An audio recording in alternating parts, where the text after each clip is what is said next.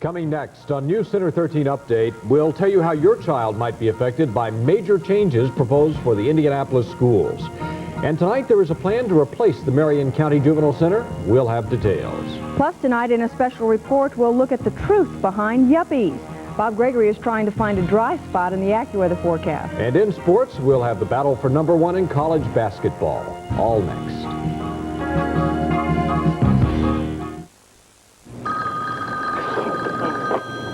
Hello? Dad, what's up? My grades? Sounds like a bad connection. What if you could lower your monthly phone bills? No, Dad, I'd really love to talk to you. Without lowering the sound quality of your phone calls? Dad, you probably can't hear me. When you've got Sprint, He can. you can. You've got the future on the line. Meet a couple of picky eaters. Mom says they take after me. Seems I spent more time wrinkling my nose at the table than eating. Except for when we had sausage. Of course it had to be Bob Evans. They couldn't fool me with another brand. And I can't fool them. Maybe it's because Bob Evans is made from such good cuts of meat. And you can't buy fresher. Sure, there's cheaper, but I haven't saved a thing if they wrinkle up their noses. Now Bob Evans has smoked sausage, too. This is WTHR Channel 13, Indianapolis. Tonight, live from the News Center of Indiana, this is News Center 13 Update with Cameron Harper, Carrie Jackson, Bob Gregory's exclusive AccuWeather, and Don Hein Sports. Good evening, everyone. If your child attends an Indianapolis public school, brace for some changes. As News Center 13's Ryder tells us now, the superintendent is proposing a cost-cutting plan that will affect nearly every student in the system. Cameron, the proposal made tonight is by no means binding. It will likely go through plenty of changes and public input, but it is big. As we told you first at 6 o'clock tonight, Superintendent James Adams wants to turn 4 junior high schools into elementary schools and turn 2 high schools into junior highs, among other things. In the process, about 1/3 of all IPS students would be reassigned, making for changes that ripple throughout the system. The impact would be felt the most in the junior highs, where 35% of the students would change schools. At the elementary level, 29% would be reassigned, and so would 21% of the high schoolers. Basically, here's the plan. Schools 61, 94, 98, and 111, all junior highs currently, would become elementary schools. 2 current high schools, Crispus Attucks and Arlington, would close down that division and become junior highs. The Attucks high schoolers would transfer primarily to George Washington High School or Arsenal Tech. The Arlington high schoolers would relocate primarily at Marshall, Tech, or Howe. In addition, Adams wants to close Elementary School 106, transfer the School 55 Montessori program to School 91, making 55 a regular elementary school, temporarily reopen School 27, and keep School 21 open. The biggest reaction to all of this came from the Crispus Attucks Alumni Association. To change it from a high school to a junior high school does not solve this problem. It downgrades the position of the school in the city of Indianapolis. Crispus Attucks should not be the victim of this plan. The last thing we want to do is to cause more instability. But yet, what other options do we have? Yes, is trying to rebound from the voter rejection of a $10 million referendum it says it needed to grow. Adams says these measures would achieve better racial balance system-wide without forfeiting special programs and without teacher layoffs. Some of the $1,780,000 Adams says his plan would save would come from administrative, that is, staff cuts, to be announced mid-month.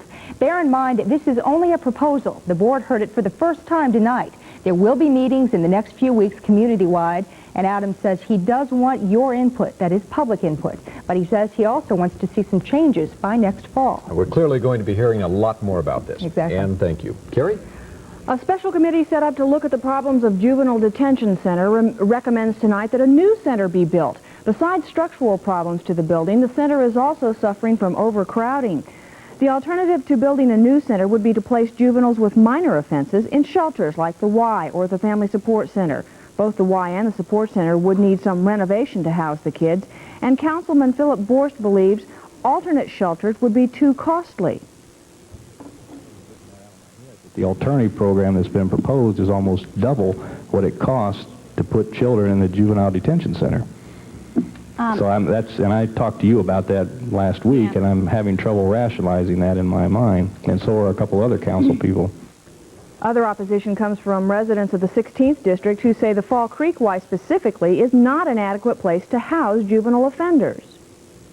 With 30 more children and juveniles in the building, we don't see how that they could have proper security and be able to give the neighborhood the proper confidence. The committee's recommendation will have to go before the full council for a vote. Cameron? Indianapolis police tonight and the staff of the Family Support Center are looking for new leads as they investigate an alleged case of child molesting at the center. Police say their information is sketchy. They do say a 3-year-old was molested. The victim tells authorities the molester identified himself as a police officer. Staff at the support center say they have insufficient information to even determine if the incident occurred. 10 people are being considered as suspects, including 6 IPD officers and 4 employees of the center. President Reagan tonight is declaring a great American comeback. In his annual State of the Union message, the president asked members of Congress to help hold the line on federal spending and to work toward balancing the budget without a tax increase. The president called for reform in the nation's welfare programs. After hundreds of billions of dollars in poverty programs, the plight of the poor grows more painful. But the waste in dollars and cents pales before the most tragic loss, the sinful waste of human spirit and potential. Mr. Reagan says he's ordered his Domestic Policy Council to devise a new welfare strategy as well by the end of this year. And he also wants a plan to protect Americans from the financial disaster of a devastating illness. I'm directing the Secretary of Health and Human Services, Dr. Otis Bowen, to report to me by year end with recommendations on how the private sector and government can work together to address the problems of affordable insurance for those whose life savings would otherwise be threatened when catastrophic illness strikes. And Mr. Reagan asked Congress to give him the power to veto specific items in the federal budget. Democrats say tonight that the president's message was one of optimism, but they say he failed to outline any concrete proposals for dealing with trade, farming, and the disadvantaged. Indiana Democrat Representative Andy Jacobs says he does not think the administration should use the deaths of the Shuttle Challenger's crew as an excuse to give more money to the space program.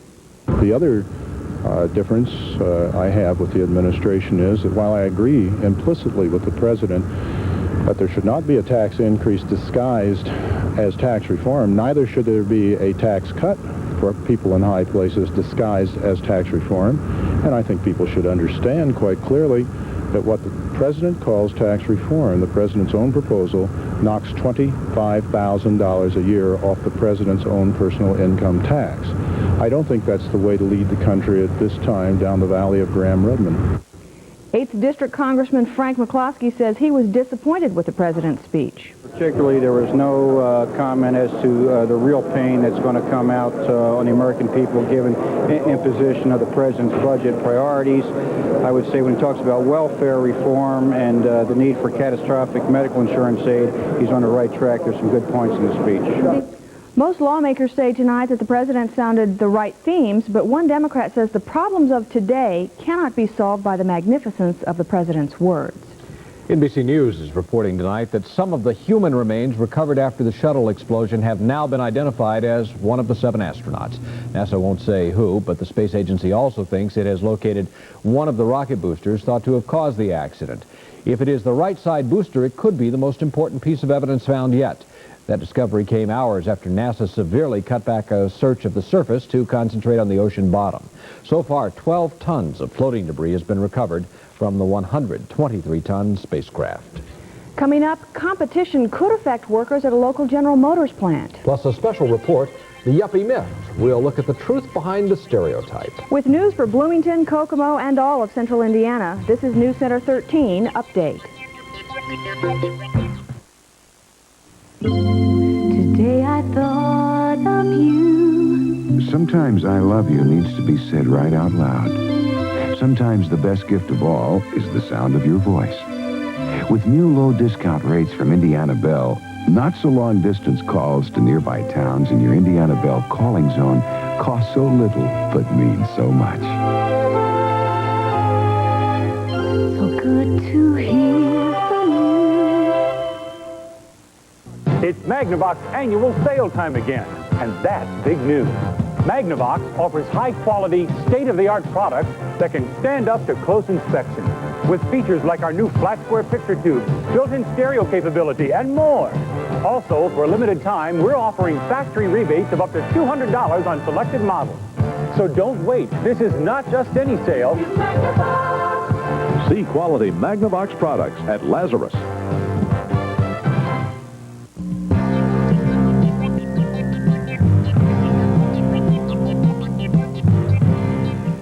General Motors has played a mighty role in stimulating the Indiana economy, but there are signs tonight of internal stress that could eat away at the local workforce. GM officials here say that competitive pressures are forcing them to cut costs. An internal memo issued to Allison gas turbine workers this week indicates that if production costs in certain areas are not reduced, as many as 550 workers could be affected this year. Plant officials emphasize, however, that no decision has been made yet on layoffs.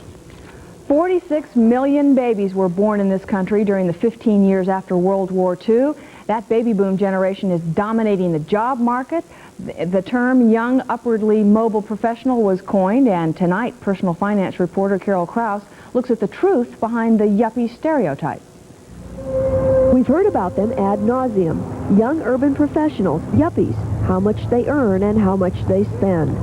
But there is growing evidence that yuppiedom is reserved for a privileged few, that the majority of baby boomers are struggling even to meet the standard of living their parents had when they were young. A study just released by the Urban Institute and the Joint Economic Committee of Congress says that since baby boomers joined the workforce, the median family income has actually dropped. Sandy and Bill Franchini, baby boomers who think the media has paid too much attention to a small number of people. For us, to have the house that we can afford the mortgage, number one, and then to provide for the family. And that was really all we wanted. We don't care about new cars every year or some of the other material things that would go with maybe the wealth that a yuppie might have. Okay, let's take a look at number one. Bill is a high school teacher who, unlike the yuppie image, values every penny he earns. There are many reasons why baby boomers like Bill Franchini are not doing any better than their parents, from increased fuel and housing prices to a slowed economy. But if the current trend continues, Bill's high school students will have to work even harder to keep up with him than he has had to work to keep up with his parents. Carol Krause, personal finance specialist, News Center 13. Bob Gregory will be right here next with his exclusive AccuWeather forecast. He will answer the question, when will this rain go away? Then later in sports, Don Hein says it's number one versus number two, and number one wins by one. Okay. Your Indiana Ford dealer invites you to the premier event of the car buying season, their February inventory tax sales event. And the stars are out. Here's the car you've been waiting for, Taurus. Catch the star of the future, Aerostar. Experience the elegance of Crown Victoria. So take advantage of the pre-tax deals during the month of February. And go home with an escort. See the exciting Fords at your Indiana Ford dealer today. Introducing Denny's 18 Shrimp Dinner. Great. 18? Well then, introducing Denny's 12 Shrimp Dinner. That's for me. Yeah, but how about a shrimp and steak combo? Introducing Denny's 12 Shrimp and Steak Combo. Great. Ooh, that's a lot of food. Okay, introducing Denny's 6 Shrimp and Steak Combo. Perfect. Now through April 30th, there's a specially priced shrimp dinner that's just right for you at Denny's. Because we cook the way America eats. What's for dessert? From this moment on, your moisturizing lotion may be obsolete. Elizabeth Arden just invented Advanced Energizing Extract, the 21st century lotion that energizes skin to actually change its texture. Suddenly, skin is smoother, finer, moister. Makeup glides on. You glow. New Advanced Energizing Extract from Elizabeth Arden. It's just in time. The Beauty Dynamics Collection, your gift with any $8.50 Elizabeth Arden purchase, now at all Air stores. Wednesday, it's the Mad Dash Save Cash in a Flash Bash at Fredder. 12 hours only. Someone will save a stack of cash every 53 seconds at Fredder. Now, prices have been slashed on appliances. The Sharp Compact Size Microwave Oven, $97. Video, this 13-inch remote-controlled color TV, $166. Audio, this RCA VHS video recorder, $266. If you want to save cash in a Flash Dash, Wednesday only to the 12-hour bash. Someone will save every 53 seconds. Why not you? Bob Gregory's weather carries the seal of approval from the American Meteorological Society. Bob has a message for the moment I think you're going to like anyway. Well, yeah, the rains have gone. At least the heavy stuff has moved out for a while. We'll still have a couple of scattered showers around toward dawn when the front comes through. Some of the showers could indeed be heavy. If you listen carefully, might even hear a thunder shower. Here's what our Weather Service radar is showing now. A couple of areas of showers. You see those in western Illinois, but to the southeast of the metro area between Greenfield and Greensburg, an area of showers, and also to our west from Lafayette on southwestward to west of Covington. Today's rainfall up until 7 o'clock, 44 hundredths in Indianapolis International Airport. That's 141 for the month. We only had 73 hundredths there for the entire month of January. From out in the area, Weather Watcher words tonight from Rush, Jackson, and Cass County. Rainfall amounts there from 1/2 to as much as 1 2/10 inches of rainfall from Larry Lawrence up there in Cass County. What's going on outside now? Still overcast. Boy, does it look gray out there. Humidity all the way up, 100%, 56 degrees at the airport, holding on to 62 downtown. Our relative humidity, 100%. Winds out of the west at 3 now. Barometric pressure, that falling at 29.67. Our high for the day actually was 58 degrees from 1 until 7 o'clock. And then 44, that occurred at midnight was the low, but that combination put us 28 degrees above the normal. Here's what the latest cloud pictures look like now. Heavy rains and even some thunderstorms with damage in this area as it moved eastward, and then rain showers farther northward, some ice and some snow falling out in New York State. So that's the big news. They did get a little chunk of sunshine in here. Another system building here will make an attack at us on Thursday night. Here's what it looks like on the weather map, though, giving an indication of what's going on. We're in the mild sector here. Several cities set record highs for the day. But some ice is falling to the north. Travelers advisories from the eastern part of lower Michigan on out toward the east. 2 to 3 inches of snow around New York City heading northward.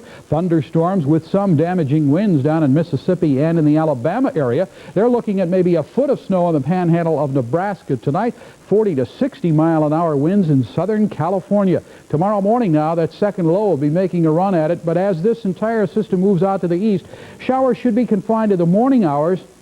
Then clouds will be left behind. So tomorrow night we'll be looking at a map like this, but we have this weather center which will move along the front, bringing most of the moisture to the southern part of the region. But because we'll be in the chillier air regime, chance that some of it could be mixed in with some wet snow. So that's basically the picture now. Thermometer still running above the normal. This is what we'll look at tomorrow with the showers moving away to the east and cloudiness remains. So my AccuWeather forecast for tonight, still have a couple of more showers around. Some could be heavy. Our 46-degree low will probably occur toward dawn, as will the heavier showers. Showers will end then in the morning. Temperatures will hold tomorrow in the 40s as winds become northerly 8 to 16 miles an hour. Tomorrow night, cloudy with rain, possibly by daybreak on Thursday then. The overnight low at 38 degrees. Now Thursday, a chance of some rain. Most of that precipitation may be to the south, but it should be mixed with a little wet snow. 40 degrees will be our high. Then we'll cool things off and be right near the normal by the time Sunday rolls around. Saturday looks as though another day for a chance of rain or wet snow for us. 8 o'clock tomorrow morning, probably a shower around. Temperature at that time at 48 degrees. So that's it. And I have some really great basketball for you, both college and pro stuff. So if the weather made you blue, stay tuned for the good stuff in sports, right? Yeah. Okay, we'll be back in just a minute. Now, 7.9 makes the truckin' fine at your Central Indiana GMC truckin' dealer. That's right, 7.9% financing on the entire lineup of quality half-ton GMC pickups and four-wheel drives. See Russ Dellum GMC Greenfield, or Faust GMC Tipton, or Berger GMC Franklin, or Bob Klein GMC Marion. But see one of them today. 7.9 makes the truckin' fine right now at your Central Indiana GMC truckin' dealer. Kapitan, слушайте. Стой, младший. So don't miss the big savings at Highland's International Event. Going Highland International Event? Oh.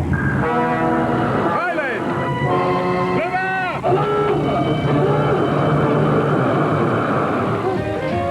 Hello, you.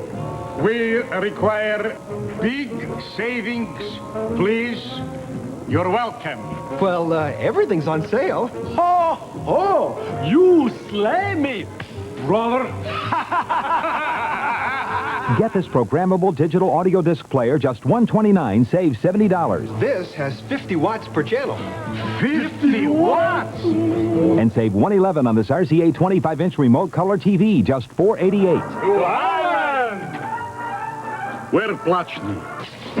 50 watts per channel, baby kicks. Highlands International event, now through Saturday. How's it feel to take 1,000 pounds of raw power into the game and make him run from me? Yeah, let's go, Dave. Don't be coming over on me this time, Jock, will you? Have a safe trip, McCarran. What's this horse got? Whoa. Easy, boy. Easy now. Straight now. That's it. Okay, partner. Show me something. Sports Illustrated. Get the feeling.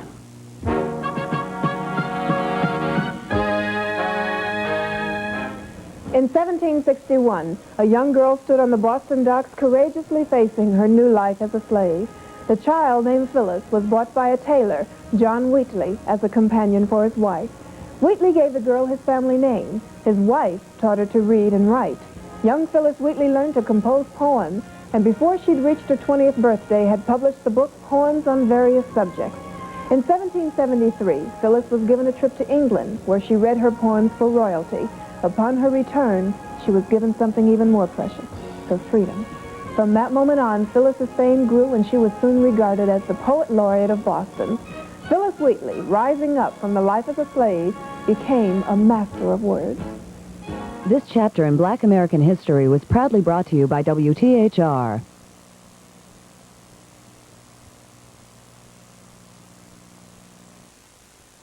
We're talking what's shaping up to be a close race here. Oh, it really is. I'll tell you what. Hi again, everyone. It's really too bad this year that we can't have a number 1 and a 1A team. North Carolina and Georgia Tech are really that close. In the Omni in Atlanta tonight, the Jackets led early. John Sally here with the Jam. In fact, Georgia Tech was up by 10 at the half and by 13 a bit later.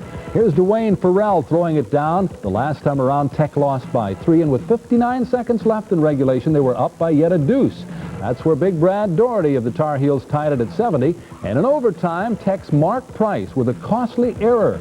Watch here. Steve Hale makes the steal. Kenny Smith goes down to lay it in. 78-77 Carolina in overtime. And if you're a Tar Heel and a Pacers fan, you get a double dose and like it. Here's Lee Owens. It was Vern Fleming's 25th birthday, so you knew he was going to have a good game. But the Pacers trailing by 6, Vern ties it at 14 here. The Pacers dominated the inside tonight. Watch Steve Stepanovic hook in 2 of his 22 in Daryl Dawkins' face. Clint Richardson had an outstanding game. Not only did he score 20 points and get 10 rebounds, he made 7 terrific assists as Indiana went up by 10. Did the Pacers play defense and hustle? You bet. Watch Terrence Stansbury make the shot of the night. Wow. You want to see more? Okay, check out this breakaway slam that put Indiana up by 19. From there, it was no contest as Herb Williams added 25 more. The Pacers go on to win 117-101. Tried to front the low post, make it tough for him to get into Dawkins and Jaminski and Buck Williams, and we did it. Lee Owens, News Center 13 Sports. Thursday's game with Atlanta will start at 7:30 rather than the previously announced 5:30. Beware, though. While Chicago's Michael Jordan only gets to watch himself on tape right now, he says he'll be ready for the Pacers when they come to Chicago on the 14th. He's been watching, if not playing, and the Bulls' problem, Michael?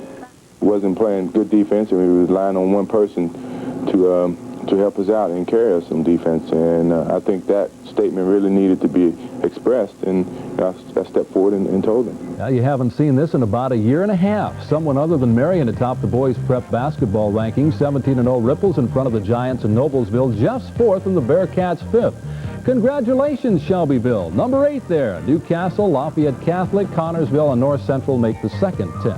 Tonight, Tri-West by 1 over Zionsville in 2 overtimes. Girls play. Marion beat Madison Grant, Jay County over Belmont, and Zionsville took Sheridan. DePaul remained number 2 on the latest Division III NC2A rankings. The 18-1 Tigers are led by Dave Gall in scoring with an extremely balanced ball club. Well, this year we got a lot of guys back from last